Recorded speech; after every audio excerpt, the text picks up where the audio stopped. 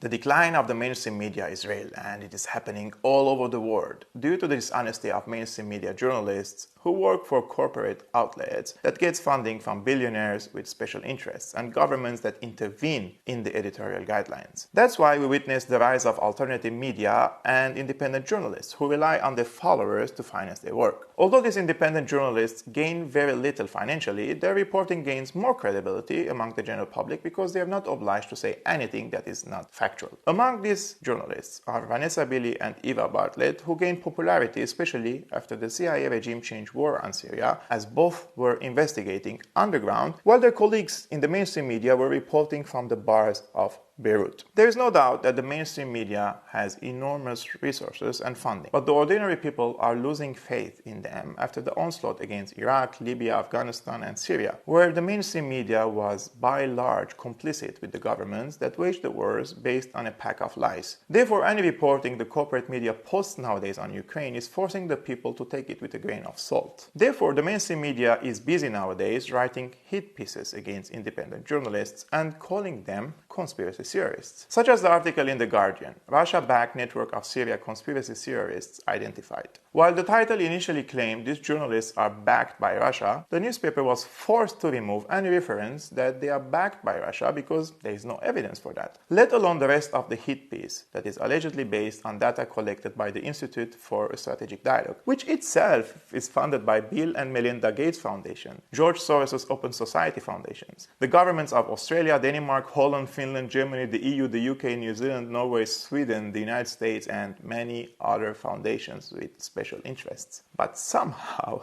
the author of the article failed to mention that the Institute for Strategic Dialogue is backed by powerful foundations and governments, although initially the newspaper accused the journalists of being backed by Russia. Funny, huh? And I always wonder, do the authors of such hit pieces and their backers realize that they are only giving more credibility to these independent journalists and inviting more people to follow their work?